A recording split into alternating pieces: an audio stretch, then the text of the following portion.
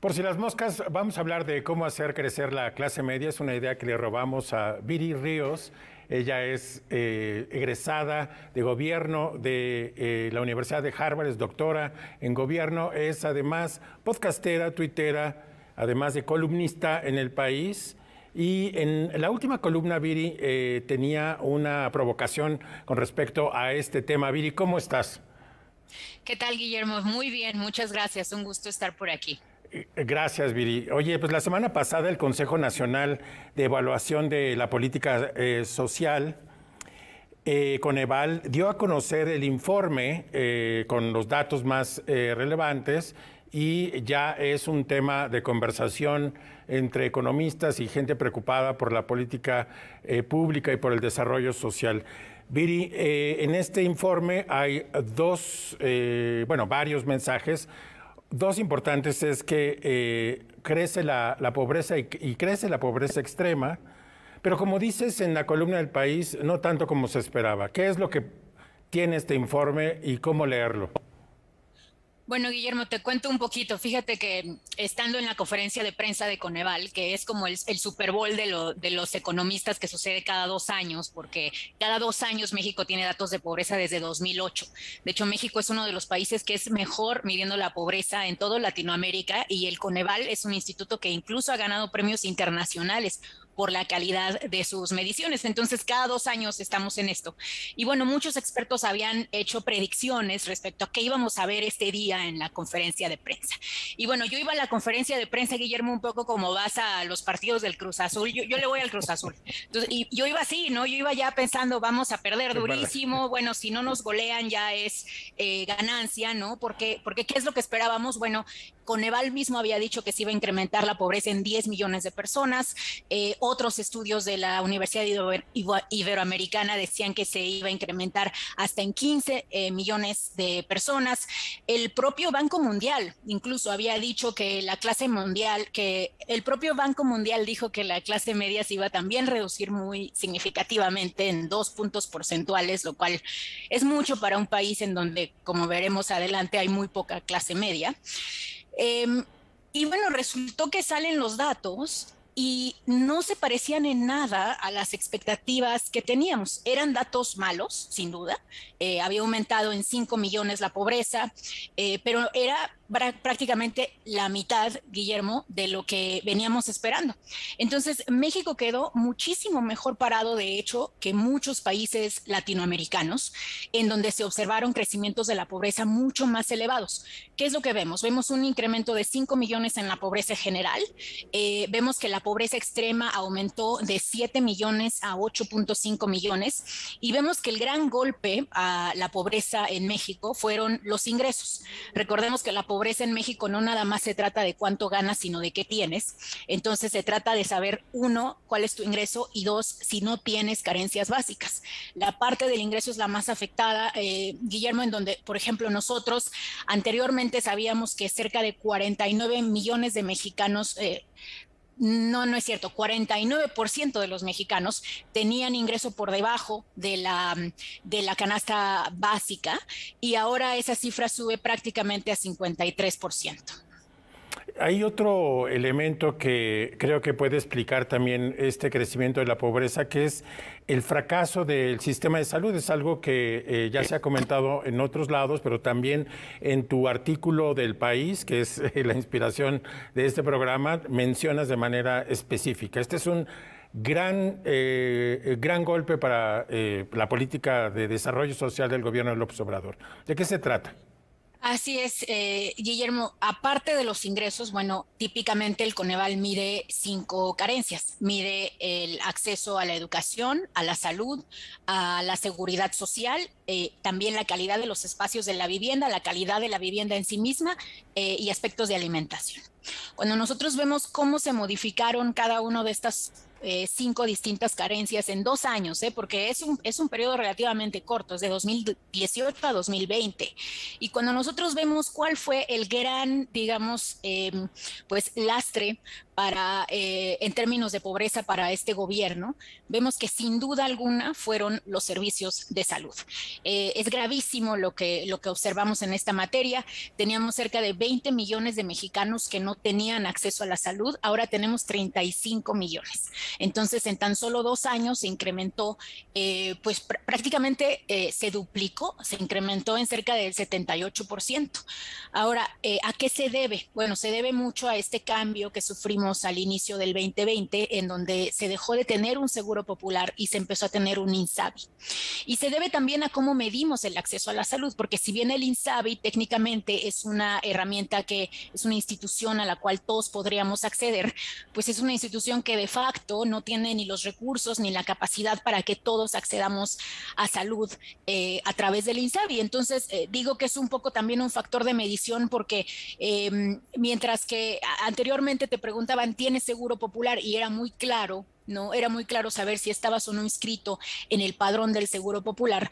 Actualmente ese padrón se borró por completo y ya no queda claro realmente quién tiene o no tiene acceso al INSABI. Y esto ha hecho que pues al menos 15 millones más de mexicanos simplemente pues carezcan de este acceso real al servicio de salud. ¿En qué ha fallado la política social, Viri? Yo creo que ha fallado en 2 grandes cosas y también me gustaría decir lo que ha hecho bien, porque creo que ha hecho grandes cosas bien, Guillermo. Muy bien. Ha fallado en la cantidad de recursos. México es un país que recauda aproximadamente los mismos impuestos que recaudan las Bahamas, de hecho un poquito menos que las Bahamas, y es un estado extremadamente flaco. No nos acordamos porque éramos extremadamente buenos durante la época neoliberal en hacer políticas de pobreza que llegaban muy efectivamente a los pobres, ¿no? Éramos muy buenos focalizando. Entonces eso hacía que los poquititos recursos que tenía el Estado mexicano llegaran relativamente bien a los pobres. Aún así, en la última década, antes de 2000, de este gobierno, habíamos visto incrementos en la pobreza. Aún así, 3 millones más nuevos de pobres. Ahora lo que sucedió fue que continuamos con un Estado que tiene esa cantidad muy limitada de recursos y que por tanto no tiene capacidad para reducir la pobreza extrema ni la pobreza generalizada. Y que además, y este es el segundo punto que me parece que hicieron mal, no tiene una intención de focalizar. Cuando tú no tienes suficientes recursos y no focalizas, entonces los programas sociales se dispersan entre toda la población y eso es efectivamente lo que estamos observando. De hecho, actualmente 2 de cada 10 personas del 1% más rico de México reciben programas sociales, mientras que en las familias más pobres solamente el 30% de las familias reciben programas sociales. Entonces, realmente lo que estás viendo es un achatamiento, digamos, de la curva en donde tanto los más ricos como los más pobres están teniendo acceso a los programas sociales y por tanto en ese escenario pues tienes menor capacidad de reducir la pobreza, sobre todo de las personas de hasta abajo. Ahora, ¿qué están haciendo bien, Guillermo? Viri, yo creo que perdón, Viri, te propongo que hablemos de qué están haciendo bien en el siguiente segmento porque nos tenemos que ir a un corte, pero regresamos contigo con esta promesa de qué es lo que está haciendo bien el gobierno de López Obrador.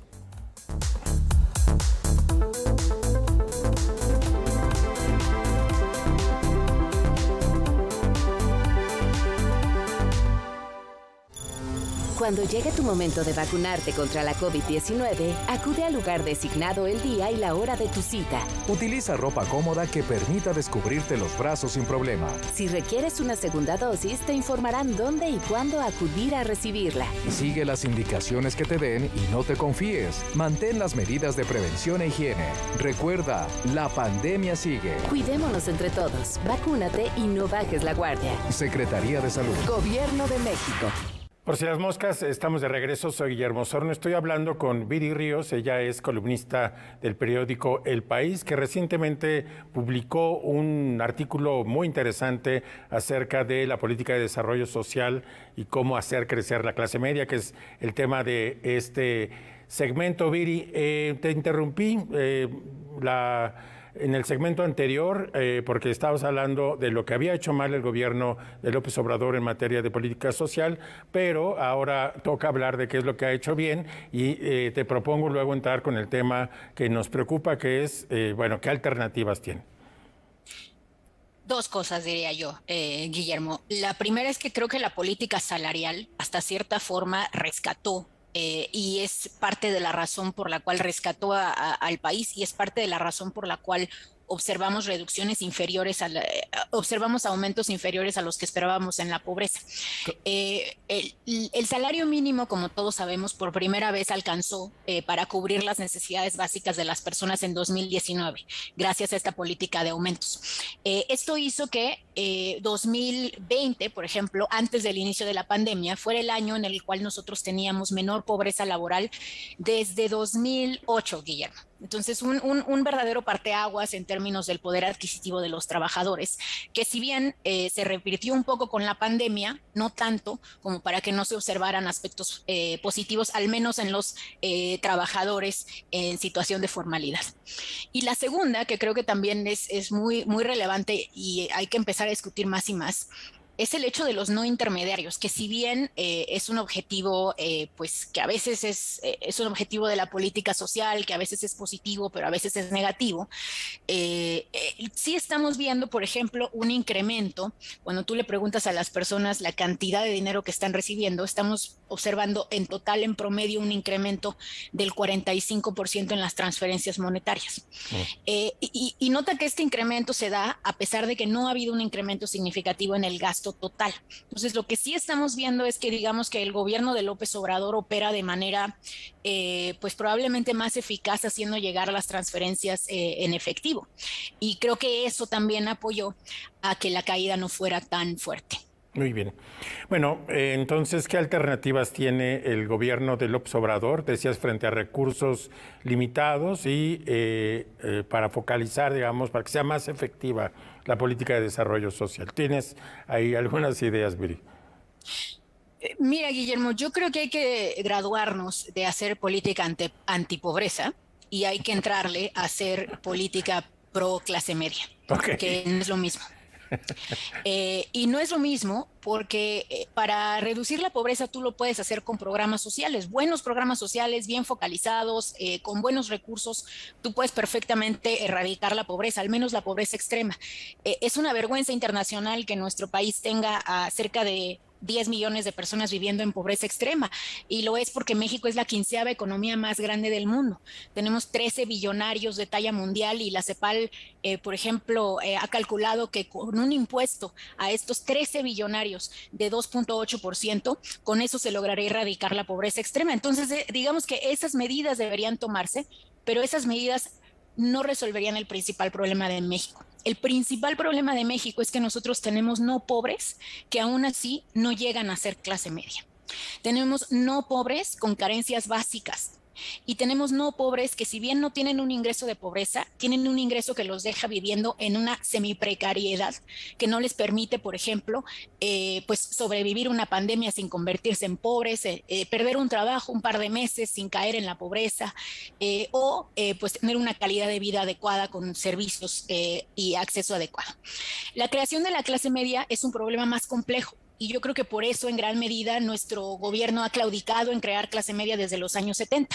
Cuando tú ves la política social que existía antes de los años 70 y en el Milagro Mexicano, ahí había una política que tenía intención de creación de la clase media, incluso una intención urbanizadora, una intención pues de generación de profesionistas, etcétera, ¿no? Todos sabemos que no fue necesariamente exitosa, pero al menos existía ese ethos, ese último objetivo del Estado mexicano. Con la llegada de los gobiernos neoliberales y con López Obrador, eso se terminó. Nuestro gran objetivo en las secretarías de desarrollo social, ahora en la Secretaría de Bienestar, es simplemente evitar que la gente tenga un ingreso menor a 3,500 pesos, que es la canasta básica. Y eso no alcanza para crear clase media y es evidente en los datos. La razón por la cual a mí me interesan en particular, yo como académica y pues como una persona interesada en este tema, la razón por la cual a mí me interesan los datos de Coneval no es porque nos hablen de cuántos pobres hay, sino es porque también nos hablan indirectamente precisamente de qué tan capaces hemos sido de crear esa clase media.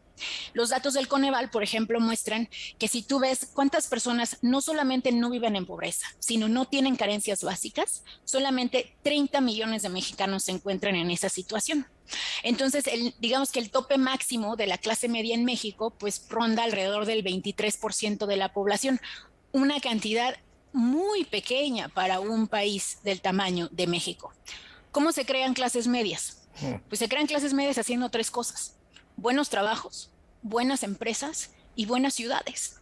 Y yo no veo, y esa es mi gran preocupación con el trabajo actual del gobierno, yo no veo esa intención.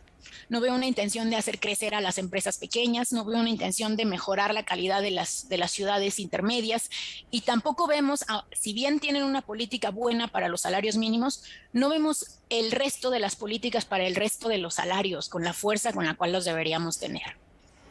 Viri, pero este gobierno ha dicho que la clase media es critica a las clases medias por su aspiracionismo, y entonces tu concepto, digamos, entra en conflicto con la propia dinámica del gobierno. ¿Qué le dirías al presidente para que pudiera comenzar a cambiar algún aspecto de su visión sobre la clase media?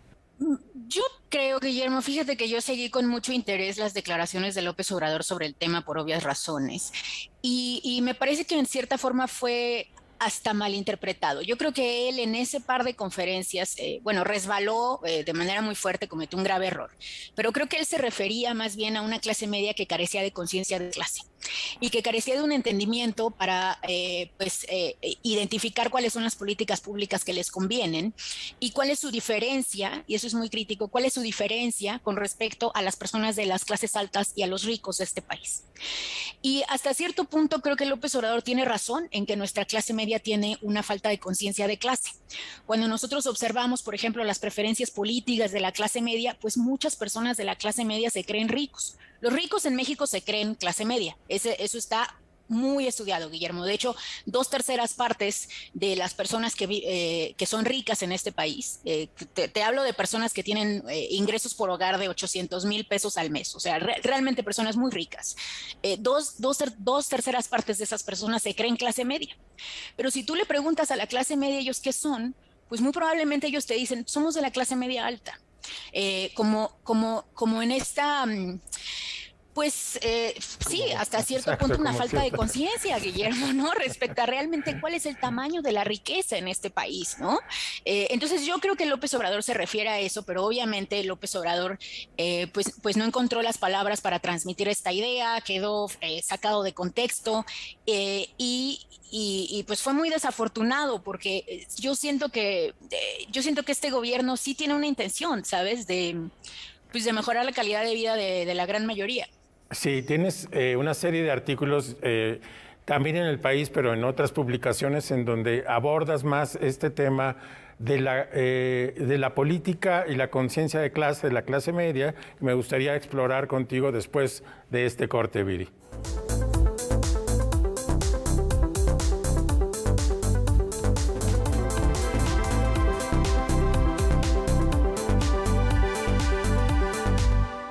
La COFESE trabaja para que tú puedas elegir los productos y servicios que más se ajusten a tu bolsillo y a tus necesidades. Voy a remodelar mi casa. Quiero la pintura con el color más intenso. Para la fachada de mi negocio, elegí la pintura más barata. Yo busco pintura lavable porque a mis niños les encanta decorar la pared. Hoy más que nunca, queremos tener opciones para gastar mejor nuestro dinero. Con Competencia, tú eliges. Un México mejor es competencia de todos. Comisión Federal de Competencia Económica, COFESE. Visita COFESE.mx. Por si las moscas, estamos de regreso. Estamos hablando de cómo hacer crecer la clase media y por qué a este país le conviene muchísimo hacer esto. Me acompaña Viri Ríos. Ella es columnista, del periódico El País. Viri, tanto en El País como en otros artículos que he leído tuyos, dices, ya hablas, digamos, de la política de la clase media y de cómo a veces cuando la clase media actúa como si fuera clase alta, está políticamente, estamos hablando, está realmente actuando en contra de sus propios intereses. ¿A qué te refieres exactamente esto? Bueno, me refiero a las reglas del juego de México y déjame, te platico un poquito con detalle. De hecho, yo estoy escribiendo un libro, Guillermo, sobre el tema. Ojalá luego me invites a discutirlo. Seguro. Pero básicamente el libro se llama No es normal y habla sobre por qué en México es anormalmente difícil ser clase media y por qué México es un país que tiene anormalmente pocas clases medias para su tamaño. Y parte de la razón por la cual observamos esto es porque muchas de las reglas del juego de México están hechas para favorecer a quien ya está arriba. Exacto. ¿A qué reglas me refiero? Pues me refiero a las reglas laborales, en donde, por ejemplo, cuando tú tienes una empresa más grande, es mucho más fácil atender, digamos, incluso a las juntas, la ley del trabajo. Ya sé que ya se reformó, pero de todas formas, incluso la nueva ley laboral es un poco más fácil de lidiar para las empresas grandes. En cuestiones fiscales, en donde nosotros vemos cómo la clase media, como proporción de sus ingresos, paga prácticamente lo mismo que pagaría un multimillonario en México. En cuestiones también de competencia, en donde si tú observas cuáles son las empresas más competitivas de México, son las mismas o prácticamente las mismas que existen en este país desde 1975, porque hay una incapacidad de la empresa pequeña y de la empresa mediana, dadas las circunstancias actuales, dadas las reglas del juego, para crecer, para competir, para innovar y para crear nuevos ricos. En Estados Unidos, si tú ves quiénes son los más ricos de hoy, son personas que no estaban en el ranking hace 10, 15 años. Mark Zuckerberg, pues Bezos, ¿no? En México no. En México son los nietos de quienes ya eran ricos en el porfiriato. Entonces, este tipo de cosas, digamos, es lo que hace que en México sea tan difícil ser clase media. Y es esta conciencia de clase de la cual hablábamos en el segmento pasado, que debemos tener. Las clases medias deben entender que hay que radicalmente cambiar las reglas del juego de este país si queremos crecer, porque estamos en peligro de extinción. Solamente entre el 23 y el 13% de la población son clase media, en un país que es el 15º país más grande del mundo, Guillermo, en términos económicos. O sea, México es una potencia en términos de generación de recursos, pero están extremadamente concentrados. Claro. Pues muy interesante, esperemos ya la publicación de ese libro, Viri. Quisiera regresar, porque es el tema de este programa, de nuevo a los datos de Coneval, en donde también hay una mirada acerca de la situación de las mujeres y cómo se ha deteriorado, lo dices también en el artículo del País. ¿Qué nos puedes compartir a este respecto? Bueno, fíjate que como en muchas crisis, lo que observamos en esta ocasión, México es el país de las crisis, ¿no? O sea, siempre hablamos en plural. Bueno, si vemos 94, 2008, la actual, la que viene, las mujeres siempre son, sí, bueno, va a haber, ¿no? O sea, ya 100% sumamos apuesta. eso, claro, sí. Las mujeres son siempre las que se ven más afectadas en las crisis. Son las mujeres las que tienen que dejar de trabajar en caso de que haya algún problema económico. Son las mujeres a las primeras a las que se les corre de sus trabajos. Son las mujeres a las que se les baja el salario con más fuerza. Y bueno, todo esto tiene que ver obviamente con una situación generalizada de discriminación en el mercado laboral, pero lo observamos con particular fuerza en la pandemia por el cierre de las escuelas. El cierre de las escuelas terminó por completo con la vida laboral de cualquier mujer que tenía más de 2 hijos. Y lo vemos claramente en los datos. La población económicamente activa se redujo en cerca del 50% para las mujeres que tienen 3 hijos o más. Y se volvió imposible trabajar para nuestras mujeres. Y eso quedó claramente mostrado en las estadísticas de Coneval, en donde, por ejemplo, nosotros observamos que en términos de ingreso laboral, mientras que el ingreso de los hombres más o menos se mantuvo constante, incluso un poquito, incluso alcanzó a subir un poquito entre los que trabajaban, el ingreso de las mujeres cayó estrepitosamente. Entonces, nuevamente, yo le llamo la resbaladilla de cristal. De la misma forma en la que hay un techo de cristal y las mujeres no pueden llegar a las posiciones altas de poder, hay una resbaladilla de cristal, una coladera que se abre en los tiempos de crisis, donde solamente caen las mujeres, como en serpientes y escaleras, pero a nosotras nos tocan más las serpientes. Entonces, creo que esto requiere también un cambio profundo en cómo pensamos la política social. Fíjate que la política social pre-AMLO era muy pro mujer. La gran mayoría de los programas sociales, como tú bien sabes, Guillermo, se le otorgaban a mujeres. Los cheques tal cual le llegaban a las mujeres. Incluso llegó un momento en que se llegó a creer que estaba generando violencia de género porque los hombres no estaban acostumbrados a tener que, pues, depender económicamente de las mujeres que eran las que recibían los programas sociales. Obviamente, bueno, habría que mejorar esos aspectos, ¿no? Pero este gobierno cambió eso y ahora los cheques le llegan a todos y a todo género. Eso también se observa en los datos. Las mujeres perdieron acceso a programas sociales y los hombres ganaron acceso a programas sociales. Y pues obviamente eso deja muy en desventaja a las mujeres. Tenemos que tener una política social pro mujer porque en este país la pobreza tiene cara de mujer. Viri, pues ya se ha terminado el tiempo, nos vamos con dos mensajes importantes. El primero es la necesidad de fortalecer la clase media y de cómo la clase media tiene que pensarse a sí misma políticamente para poder cambiar las reglas del juego. Ya esperamos, por favor, tu libro de pronta aparición para ver qué más cortamos por ahí. Y la segunda es lo que decías al final, este efecto considerablemente mayor sobre las mujeres, que esperamos que también este gobierno pueda disminuir y retomar pues una senda en donde la política social sea más enfocada y pueda tener mayor efecto y bueno, pues poder superar ya este terrible proceso pandémico y pospandémico. Viri, te quiero mandar un saludo y un abrazo. Muchísimas gracias por tomar esta llamada. Gracias a ti, Guillermo, y saludos a todo el auditorio. Muy bien, pues a nuestra audiencia también decirle que nos vemos aquí el próximo sábado a las 7:30, por si las moscas.